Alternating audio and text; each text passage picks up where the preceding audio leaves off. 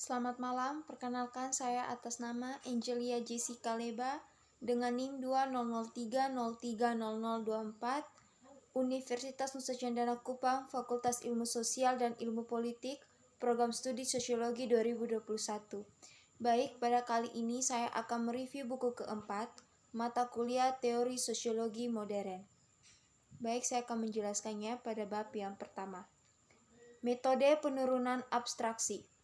Rational Choice Sociology merupakan upaya untuk menggabungkan keunggulan penelitian yang dipandu teori seperti yang ditemukan di bidang ekonomi dengan tradisi empiris sosiologi yang kuat. Agar dapat berhasil dalam upaya ini, maka upaya yang sebelumnya tidak perlu untuk menemukan alat metodologis baru, untuk dapat menemukan solusi yang memadai, pertama-tama perlu dicari tahu mengapa kombinasi dari keunggulan ini tidak berhasil di masa lalu. Oleh karena itu, perlu untuk menanggung perkembangan metodologis di masa lalu, terutama pada poin-poin berikut. Yang pertama, pemisahan teori utilitas menjadi inti asumsi tetap tentang sifat manusia dan sabuk variabel asumsi jembatan yang dapat dikenakan. Dan kedua, heuristik diperlukan untuk mengurangi ketidakpastian tentang asumsi jembatan yang tepat saat menggunakan metode penurunan abstraksi. Heuristik ini meliputi teori fungsi produksi sosial, teori framing, dan heuristik struktur ganda penjelasan. Dengan adanya bantuan alat-alat ini, sehingga memungkinkan untuk membuat model yang secara jelas dipandu oleh teori dalam versi sebelumnya, sementara realismenya dapat diadaptasi dalam versi yang lebih baru. Bab kedua, peran model tindakan bertujuan dalam sosiologi, Margaret Mouni Marini. Asumsi ini sangat mendasari teori pilihan rasional dalam ekonomi, teori pertukaran dan dalam sosiologi, dan teori penilaian dan pengambilan keputusan dalam psikologi. Terlepas dari prevalensi model ini, penggunaannya dalam sosiologi masih relatif jarang terbatas, terutama pada analisis hubungan interpersonal dan kelompok kecil. Hanya baru-baru ini saja telah dilakukan upaya oleh sosiolog untuk dapat menggunakan model tindakan purposif dalam memahami fungsi sistem sosial yang jauh lebih besar. Upaya ini telah sangat dipengaruhi oleh teori pilihan rasional di bidang ekonomi, termaksud dalam penerapannya pada pengambilan keputusan non-pasar dalam studi pilihan publik. Model tindakan purposif dalam sosiologi bergantung pada pembuatan hubungan yang tepat antara karakteristik sistem sosial dan perilaku aktor individu, dan antara perilaku aktor individu dan hasil sistemik yang muncul dari tindakan gabungan beberapa aktor koneksi mikro-makro. Dalam bab ini menelusuri perkembangan model tindakan purposif dalam ilmu sosial dan berpendapat bahwa model ini tidak cukup untuk menjelaskan perilaku manusia karena tidak menganggap asal-usul nilai dan keyakinan sebagai problematis dan tidak mempertimbangkan pengaruh emosi. Nilai-nilai bersama dan keyakinan normatif adalah bagian dari isi budaya masyarakat sebagai isi budaya yang dipelajari melalui proses sosialisasi. Nilai-nilai dan norma-norma sosial diinternalisasi dan menjadi tertanam dalam struktur kognitif individu. Pengaruh terhadap pola pikir individu adalah sangat kuat ketika norma dan nilai sosial terikat pada model mental bersama yang membangun realitas. Struktur sosial suatu masyarakat juga memberikan dasar untuk pembentukan keyakinan deskriptif tentang sifat di dunia serangkaian peluang yang tersedia. Pada bagian pertama dalam bab ini, membahas suatu model pilihan rasional seperti yang diaksiomatiskan dalam teori utilitas yang diharapkan, dan bukti bahwa perilaku pilihan tidak selalu sesuai dengan asumsinya. Di sini juga menunjukkan bahwa tidak ada yang secara inheren egois bahkan tentang model pilihan rasional karena model tindakan purposif hanya memajukan postulat bahwa tindakan manusia diarahkan pada tujuan. Bab yang ketiga, prinsip pilihan rasional dalam masalah teori yang memuaskan David Wheeler. Teori dasar adalah teori pilihan rasional yang memuaskan.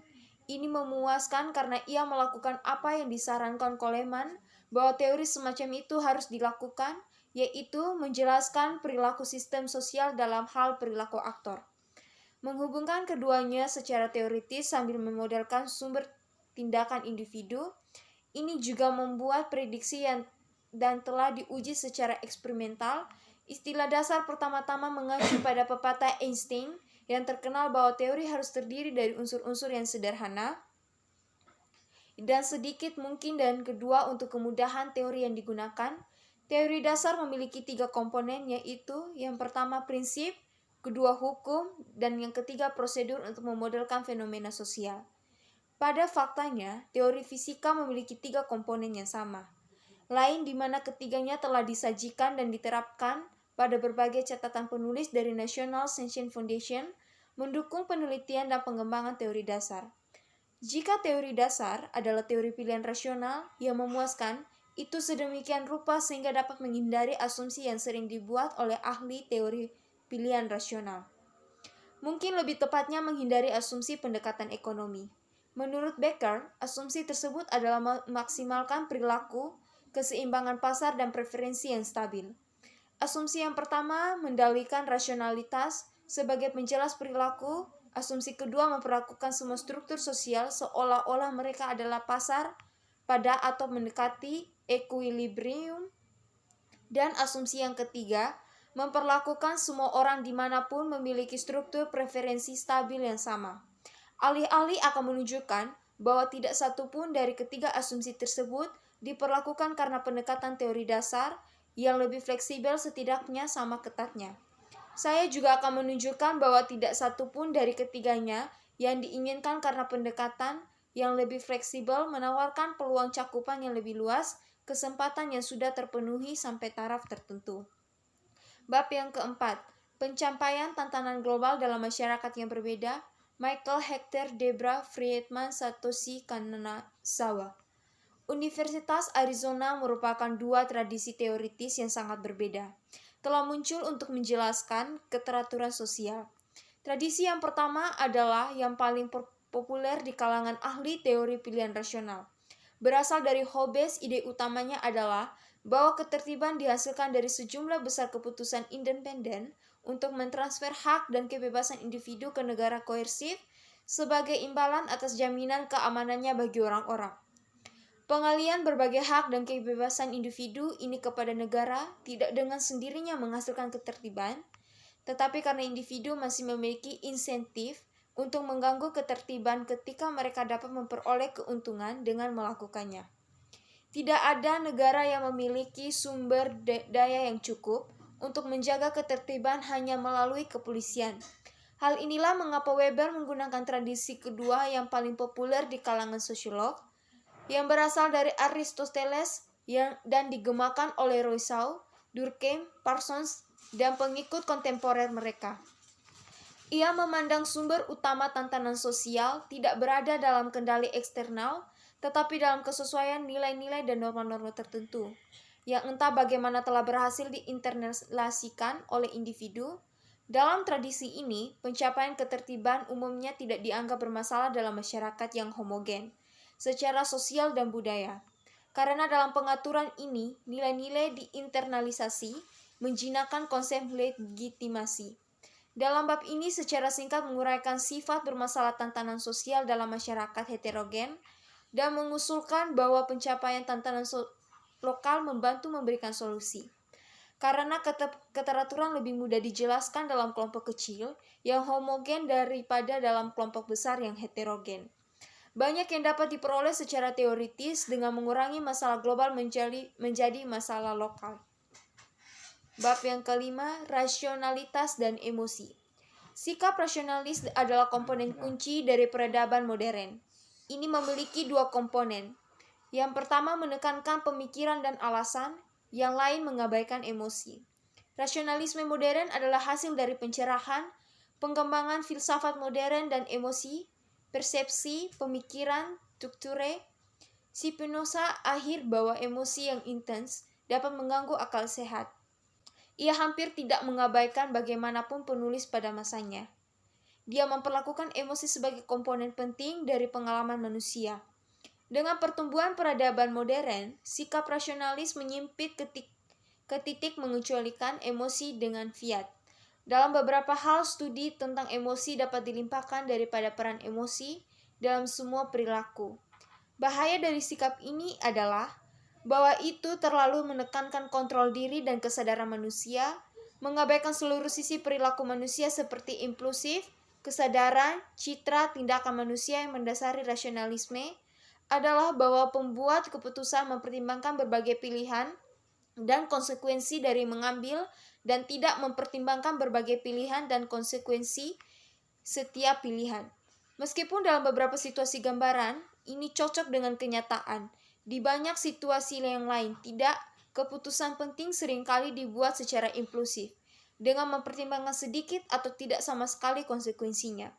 Banyak dari keputusan paling penting yang dibuat individu mungkin memiliki karakter ini, seperti memilih dan kehilangan kendali. Keputusan kolektif juga mungkin tidak rasional, karena kepanikan pasar saham, kelaparan, dan perang seringkali dimulai dengan perilaku impulsif yang tidak sadar atau di luar kendali. Bab yang keenam, rasionalitas dan kekayaan dalam sistem multilevel Michael T. Hanan. Para ahli teori pilihan rasional hampir selalu menganggap orang alami sebagai satu-satunya aktor tingkat bawah yang relevan.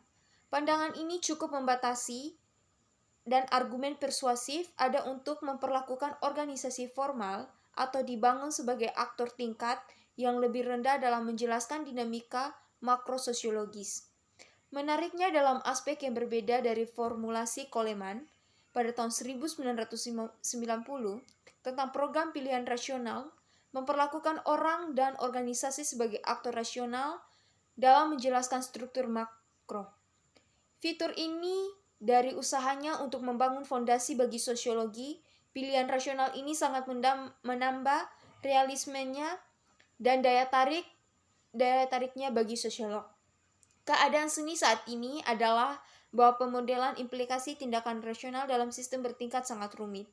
Pengakuan akan kompleksitas ini menumpulkan kekuatan dari klaim yang sekarang umum bahwa teori yang untuk dasarnya adalah aktor kolektif, gagal menurut definisinya. Jika demikian, maka strategi membangun hubungan erat antara teori mikro dan teori makro kehilangan banyak daya tariknya. Sebaliknya, masing-masing akal untuk membangun teori makro yang kuat dalam arti bergantung sesedikit mungkin pada mikroproses di berbagai tingkat dan mekanisme agregasi yang tepat. Bab yang ketujuh, teori pilihan rasional. Dalam proses ini, telah mencapai posisi paradigma di mana yang diklaim berfungsi sebagai inti berteori dalam sosiologi secara keseluruhan. Memang salah satu publikasi terbaru yang paling terkenal dari teori pilihan rasional, Yayasan James Coleman Teori Sosial pada tahun 1990, telah diiklankan memiliki potensi untuk mensintesis teori sosiologi dari berbagai macam pendekatan serupa dengan The Structure of Social Action karya Parsons pada tahun 1937. Sentralitas yang diberikan pada pendekatan Coleman ini memerlukan pemeriksaan potensi untuk menjelaskan fenomena sosial di luar ekonomi, karena hal ini adalah ujian bagi sebuah teori yang mengklaim kelengkapan dan penerapannya pada berbagai fenomena di dunia sosial selain ekonomi. Di halaman-halaman berikutnya akan melakukan pemeriksaan seperti itu dengan beralih ke upaya Coleman dalam menerapkan teori pilihan rasional ke dunia kekuasaan dan konflik kepercayaan, solidaritas norma dan diri manusia, budaya, komunikasi dan legitimasi, hubungan mikro-makro, dan masyarakat modern secara keseluruhan. Perspektif kritis ialah inti umum dari pendekatan Coleman gagasannya tentang interaksi sosial sebagai pada dasarnya transaksi ekonomi yang dipandu dalam jalannya oleh pilihan rasional aktor antara hasil alternatif dari tindakan yang diambil dalam hal manfaat dan biaya.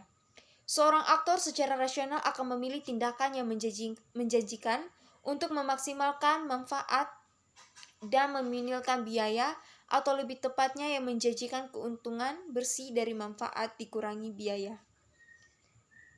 Bab yang ke-8, kelemahan dalam kontribusi teori pilihan rasional terhadap penelitian berperbandingan David Squill. Teori pilihan rasional adalah ketika para pendukungnya berusaha untuk menjelaskan tantangan sosial dan solidaritas kelompok, tetapi mereka menolak selama mungkin dan memohon dukungan aktor sehingga menimbulkan internalisasi norma bersama. Teori pilihan rasional ini muncul dalam sosiologi Amerika pada akhir tahun 1940-an dan awal 1950-an. Sebagian besar sebagai tanggapan terhadap teori sosial Talcott Parsons. Dalam ilmu politik Amerika, teori pilihan publik ini telah muncul satu generasi sebelumnya sebagai tanggapan terhadap pendekatan institusional yang dominan pada saat itu. Akan tetapi, teori itu menjadi berpengaruh hanya setelah Perang Dunia Kedua. Dalam kedua disiplin tersebut, para pendukung saat ini bersikeras bahwa konsep dan asumsi mereka lebih realistis, kurang normatif atau idealis daripada teori yang mereka tantang. Ahli-ahli mengacu pada norma-norma aktor yang konon terinternalisasi atau cara kerja institusi Amerika yang konon ideal. 4 asumsi latar belakang dan kemudian secara implisit pada asumsi kelima. Bab 9. Apakah teori pilihan rasional? Teori valid merupakan dugaan rasional tentang sifat mekanisme yang kurang lebih laten yang dimaksudkan untuk menjelaskan peristiwa atau hubungan empiris yang membingungkan. Fenomena empiris seperti itu sendiri bagaimanapun dijelaskan secara teoritis, dalam arti bahwa dunia tidak menghuni indera kita secara netral. Dengan demikian, hubungan antara status sosial ekonomi individu adalah asal dan tujuan merupakan hubungan empiris, akan tetapi dibangun dari teori deskriptif.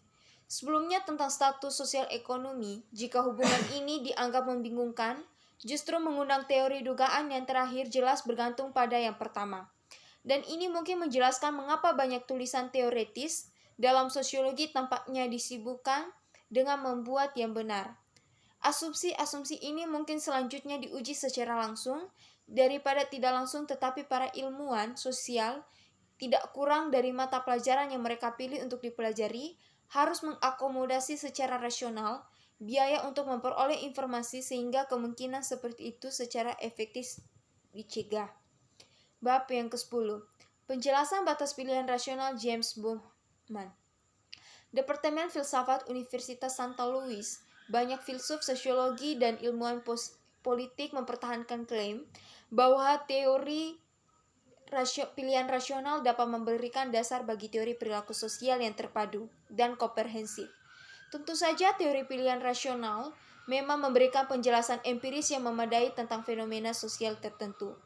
Akan tetapi, penjelasan seperti itu hanya memadai di bawah kondisi yang tepat, dan banyak dari masalah teori pilihan rasional yang belum terselesaikan sebagai hasil program penelitian dari perluasan penjelasan di luar ruang lingkup yang tepat dan terbatas.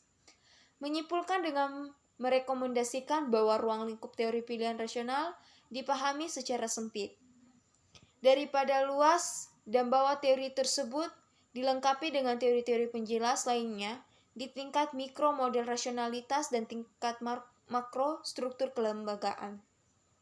Dari Durkheim hingga Parsons, sosiologi telah berusaha untuk membedakan bentuk-bentuk penjelasannya dari bentuk-bentuk psikologi, khususnya penjelasan-penjelasan yang diilhami oleh utilitarianisme, sementara Durkheim menunjukkan bahwa penjelasan semacam itu membuat asumsi sosial implisit. Parsons berpendapat bahwa semua penjelasan semacam itu menghadapi masalah keacakan tujuan yang tidak dapat dipecahkan sehingga mustahil bagi mereka untuk menjelaskannya. Alih-alih hanya tujuan yang dipihak secara acak, teori pilihan rasional mencoba menjelaskan pilihan sebagai maksimalisasi dalam batasan yang dipaksakan oleh situasi pilihan dan yang dipaksakan oleh pilihan orang lain yang saling bergantung. Masalah dalam penjelasan pilihan rasional hasil dari perluasan kendala ini dengan cara yang tidak konsisten dengan asumsi teori dasar ini, dan dengan demikian di luar ruang lingkup yang tepat. Sebuah program penelitian dengan penjelasan tentang kumpulan fenomena inti dan berkembang dengan secara bertahap memperluas cakupannya dari inti dasar yang sudah ini. Namun, sebuah program penelitian mencapai batasnya ketika eksistensi ini gagal. Program kemudian menghasilkan penjelasan yang tidak memadai atau mulai menarik asumsi ekstra teoritis tambah yang menjelaskan. Sekian dan terima kasih.